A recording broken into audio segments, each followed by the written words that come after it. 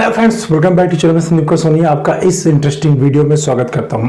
आज का वीडियो बहुत ज़्यादा इंपॉर्टेंट होने वाला है बिकॉज जितने भी फार्मा स्टार्टअप के साथ मैंने कंसल्टेशन किया है उन सभी में मैंने ना एक या दो तीन चीज़ें बहुत कॉमन है।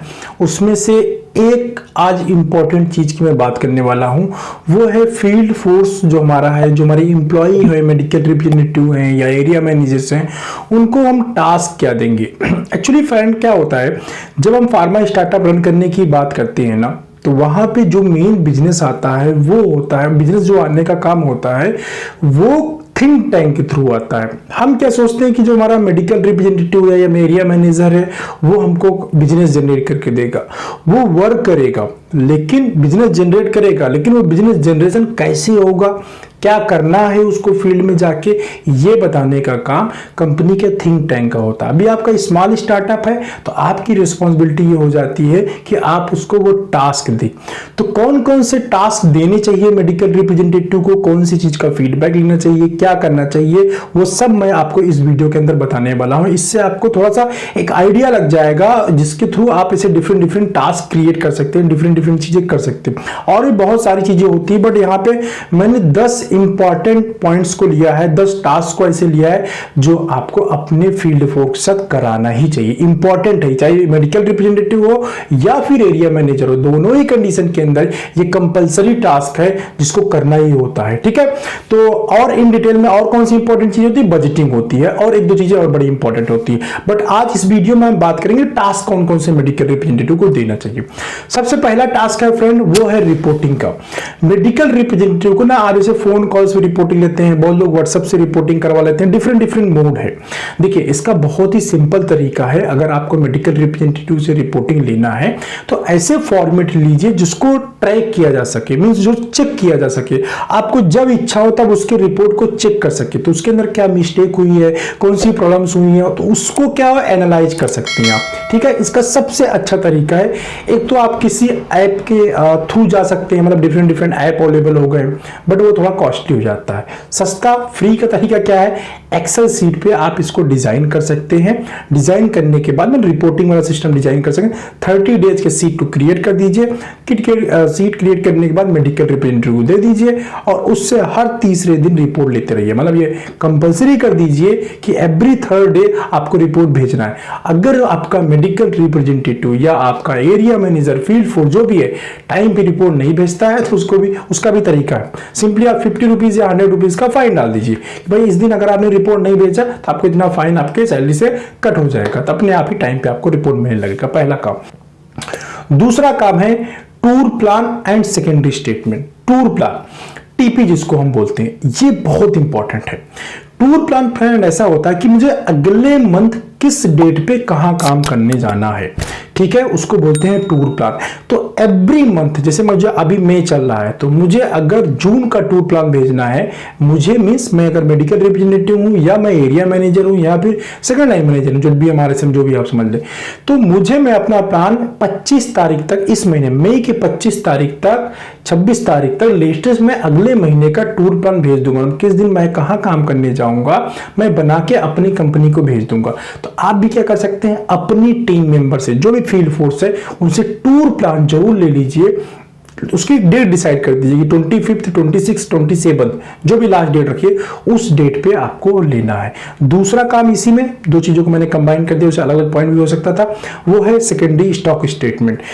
एवरी मंथ जब क्लोजिंग होती है तो आपके होलसेलर के पास कितना स्टॉक पड़ा हुआ है, कितना उसने पूरे मंथ में सेल किया हुआ है, सेकेंडरी कितनी हुई, और उसके पास उसने पूरे मंथ में परचेज कितना किया हुआ। प्राइमरी सेल मींस प्राइमरी जो रिसिप्ट उसका रहता है, वो ये जो स्टॉकिस्ट होता है वो स्टॉक स्टेटमेंट निकाल के देता है, ये आप खैर जानते होंगे।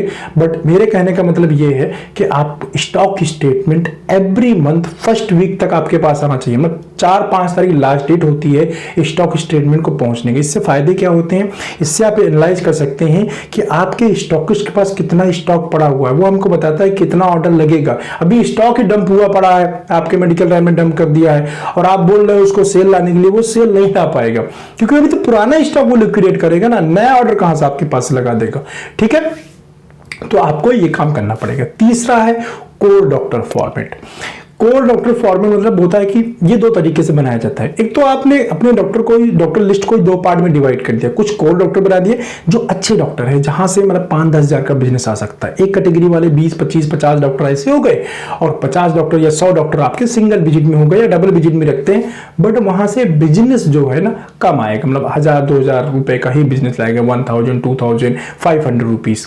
तो वो वाले कैटेगरी वाले डॉक्टर हो गए। या 5000 to 10,000 की कैटेगरी बना दीजिए, 1000 to 5000 या 0 to 5000 की कैटेगरी बना दीजिए, दो कैटेगरी के डॉक्टर। अब जो कोर वाले डॉक्टर है ना, इनका हम विजिट स्कैनर फॉर्मेट डिजाइन करके मेडिकल रैप को देते हैं। क्या होता है इसके अंदर, डॉक्टर का नाम होता है, मंथ के नाम लिखे होते हैं, और उसके अंदर क्या करना होता है, बस मेडिकल रैप को विजिट भर के भेजना होता है। तो एवरी 15 डे में आप वो कोर डॉक्टर का विजिट फॉर्मेट ले सकते हैं, मतलब लेना होता है, ले कह सकते हैं लेना होता है। इससे फायदा क्या होता है, इससे फायदा ये होता है कि जो हमारे अच्छे डॉक्टर हैं, जो हमारे खास डॉक्टर हैं, जो हमारा मेन कस्टमर है, क्या उसकी विजिट रेगुलर टाइम पे हो रही है या नहीं हो रही है। क्या मेडिकल रिव्यू अगर मंथ में 2 बार विजिट करना है तो एक फर्स्ट को मिलना चाहिए, एक 15 या 16 को मिलना चाहिए।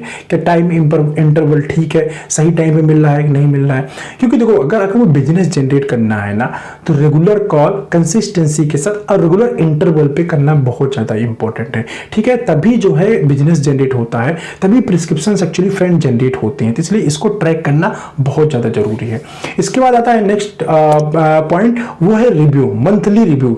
एवरी मंथ ना अपने टीम की रिव्यू जरूर करिए, जिसको बोलते हैं सेल्स रिव्यू मीटिंग। 3 मंथ में एक बार तो प्लानिंग की मीटिंग करनी चाहिए।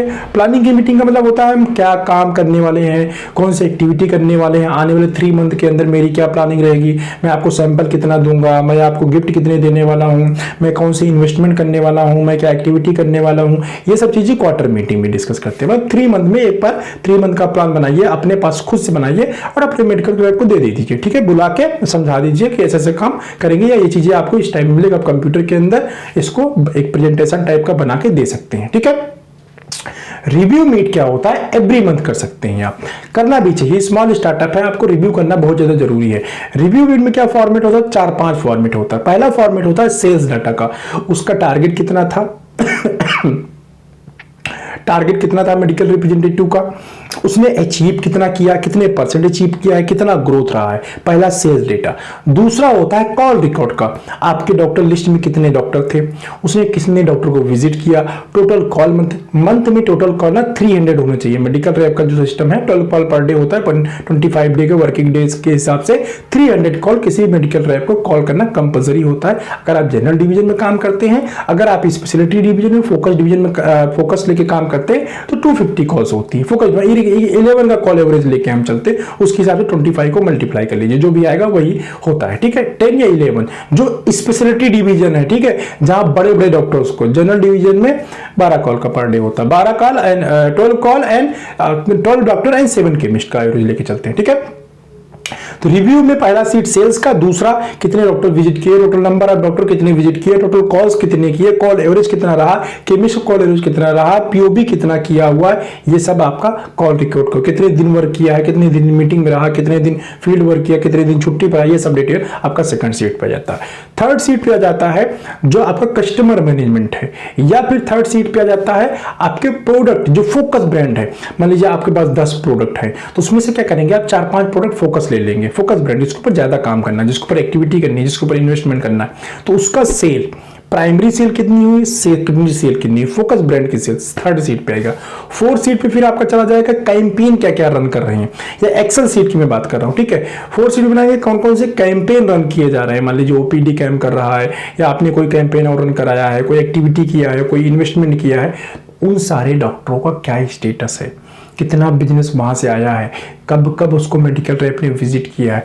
यहाँ मेडिकल रैप मेरा कहने का मतलब है फ्रेंड, जो चीजें मैं बता रहा हूँ ये medical rep as well as area manager के लिए होते हैं, बस फॉर्मेट थोड़े अलग अलग हो जाते हैं दोनों लोगों के, लेकिन भरने दोनों लोगों की है, ठीक है।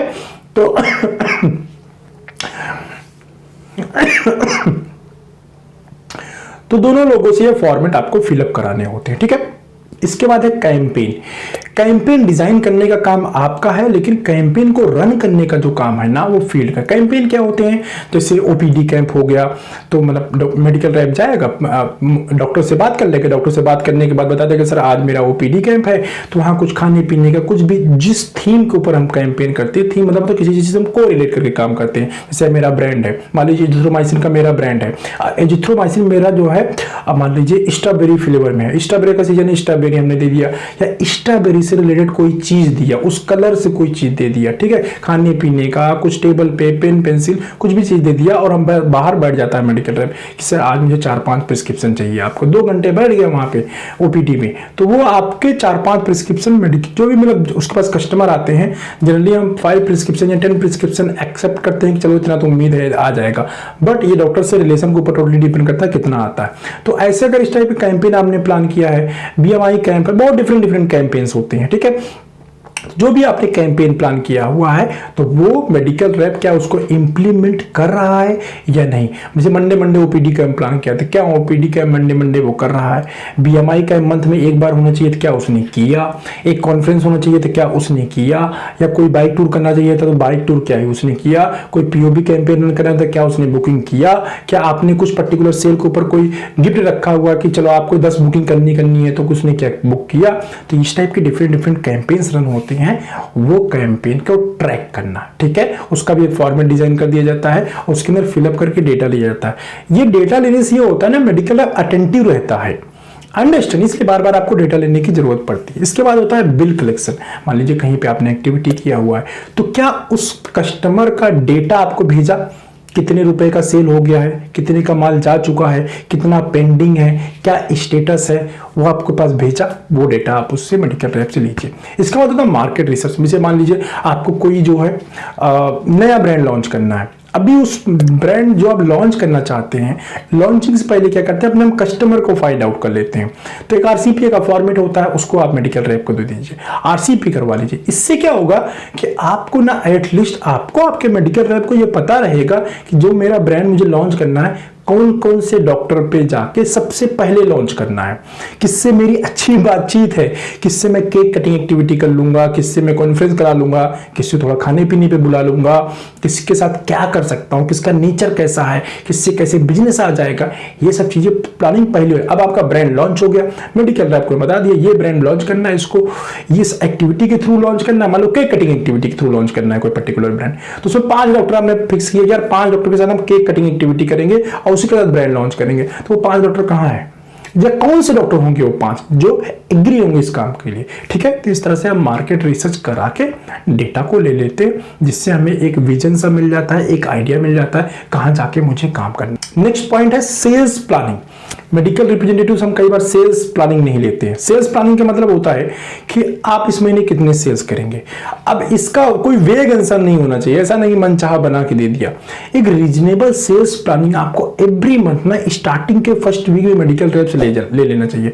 अब ये सेल प्लानिंग जो होती है वो टारगेट के अगेंस्ट होती है। इससे क्या होता है ना, पूरे महीने आप इन्फ्लुएंस कर सकते हैं या मेडिकल रैप को बोल सकते हैं भाई आपका इतना पहुंचा हुआ, इतना सेल होगा, इतना पेंडिंग है, कैसे करेंगे, क्या करेंगे, इसके ऊपर आप बात कर सकते हैं, ठीक है। तो एक बार आप सेल्स प्लानिंग आपको जरूर लेना चाहिए, पूरे महीने के अंदर कितना सेल्स का प्लान है।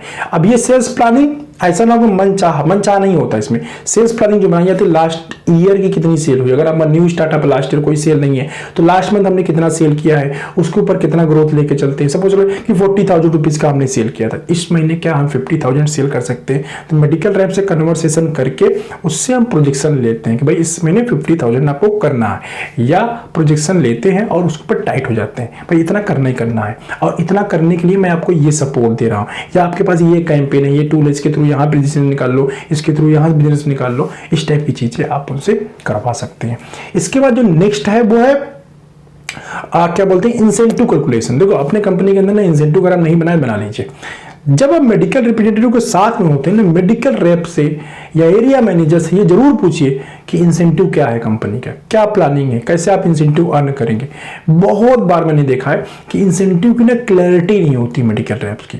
देखो इंसेंटिव क्लैरिटी नहीं रहेगी ना तो पैसा कमाने का, इसका मतलब उसको सिस्टम नहीं मालूम है आपका कंपनी का, वो पैसा कैसे कमा सकता है। अब उसको वही नहीं मालूम है तो उसको लालच ही नहीं आएगा पैसा अर्न करने का। वो तो जैसे काम कर रहा है वैसे काम करते रहेगा, बोलो मुझे पैसा नहीं चाहिए, क्योंकि उसको अर्न करने का सिस्टम नहीं पता है। तो आप इंसेंटिव सिस्टम बार बार उसको समझाइए, उसके लिए बार बार उसको इन्फ्लुएंस करिए, और जब क्लोजिंग हो जाए रिव्यू के टाइम पे जरूर बताइए कि तुमने देखो इतने स्ट्रिप से ये वाला ब्रांड का इंसेंटिव छोड़ दिया, इतने बॉक्स का ये वाला इंसेंटिव, तुमने इतना अपना नुकसान कर लिया है। जिससे उसको रियलाइज हो कि रियली अगर मैंने थोड़ा सा और एफर्ट कर लिया होता, थोड़ा सा सेल और कर लिया होता, तो शायद मैं 2-4-5 हज़ार रुपए कमा ले जाता। ठीक है फ्रेंड, 10 पॉइंट्स आपको जो अपने मेडिकल रिप्रेजेंटेटिव को टास्क देनी चाहिए। इसके अलावा बहुत सारी चीजें हैं जो है। अब इस 10 पॉइंट्स के अंदर जो मैंने आपको टास्क बताया हुआ है, ये सारे टास्क अगर आप चाहो तो खुद से डिजाइन कर सकते हैं। इनका एक्सेल के अंदर फॉर्मेट मैंने आपको तरीका बता दिया है, और खुद अपने माइंड का यूज करके भी बना सकते हैं। ठीक है, कोई दिक्कत नहीं। दूसरा तरीका यह है कि अगर आपको बना बनाया फॉर्मेट चाहिए तो कुछ फॉर्मेट थे, बट और भी बहुत सारी चीज़ों को फॉर्मेट होते हैं। तो मेरा एक फार्मा स्टार्टअप टूल किट आता है। ठीक है, अगर आप फार्मा स्टार्टअप है, कंपनी रन कर रहे हैं, तो आपको वो टूल किट लेना चाहिए। उसके अंदर क्या है कि मैंने बहुत सारे फॉर्मेट दिए हुए हैं। ठीक है, मतलब मेडिकल रैप की स्ट्रक्चर, सैलरी और ये सब चीजें भी आपको मिल जाता है। अपॉइंटमेंट लेटर, ऑफर लेटर, जितने भी फॉर्मेट, मतलब कंपनी रन करने के लिए जितने भी फॉर्मेट की जरूरत पड़ती है सब उसके अंदर होता है। तो आपको ये बने बनाए फॉर्मेट अगर आपको नहीं मालूम है कैसे बनाया जाता है कैसे, तो आप एक बार देख लेंगे तो आपको आइडिया हो जाएगा। ठीक है, तो फार्मा स्टार्टअप टूल किट आप ले लीजिए। अगर आप फार्मा स्टार्टअप है, अभी तक आपने नहीं लिया है, ये मेरा बहुत अच्छा प्रोडक्ट है, बहुत सारे लोग ले चुके हैं और बहुत हेल्पफुल है। और इसके अंदर मैं आपको गाइड का एक वीडियो भी 3 घंटे का वीडियो देता हूं, जिसका आपको एक एक फॉर्मेट समझ में आ जाएगा कि उसको यूज कैसे करना है, इंसेंटिव सिस्टम बनाया कैसे जाएगा, क्या होता है इंसेंटिव सिस्टम, टारगेट सीट क्या होती है, हर चीज जो है। ठीक है, चलो इस वीडियो में बस इतना ही। उम्मीद करता हूं आपको ये वीडियो अच्छा लगा होगा, इंफॉर्मेटिव लगा होगा, और थोड़ी सी लर्निंग मिली होगी कि अपनी फील्ड फोर्स से को हम क्या क्या काम दे सकते हैं। मैंने देखा है कि स्टार्टअप के अंदर क्या होता है, जो स्टार्टअप का मालिक होता है वो सारा काम करके मेडिकल रैप को दे रहा होता है, जबकि ऐसा नहीं है। मेडिकल रैप से ना टास्क देके वो डेटा लेना होता है, काम लेना होता है, खुद करके नहीं देना होता है। डॉक्टर लिस्ट बनाना है तो कौन बनाएगा, कंपनी का मालिक ही बना के दे जा रहा है। ठीक है, बहुत सारे काम मैंने देखे इस तरह, काम वो मेडिकल रैप का, लेकिन वो काम मालिक को करना पड़ता है। क्यों करना पड़ता है, क्योंकि आपको जो चीजों को पता नहीं है, पता रहेगा तो आप करवाओगे। ठीक है, जब आप काम करवाएंगे एक सिस्टम स्टेब्लिश होता है कंपनी के अंदर, और उस सिस्टम के थ्रू ना सेल जनरेट होता है, आपका ब्रांड वैल्यू इंक्रीज होता है, और मार्केट के अंदर एक अच्छी रेपुटेशन होती है आपकी कंपनी के अंदर। आपका मेडिकल रैप भी ये सोचता है चलो कंपनी के अंदर सिस्टम तो है कम से कम। ठीक है, चलो इस वीडियो में इतना ही, बस इसको यहीं पे क्लोज करते हैं। मिलते हैं ऐसे ही किसी इंटरेस्टिंग वीडियो में नेक्स्ट टाइम, तब तक के लिए बाय बाय।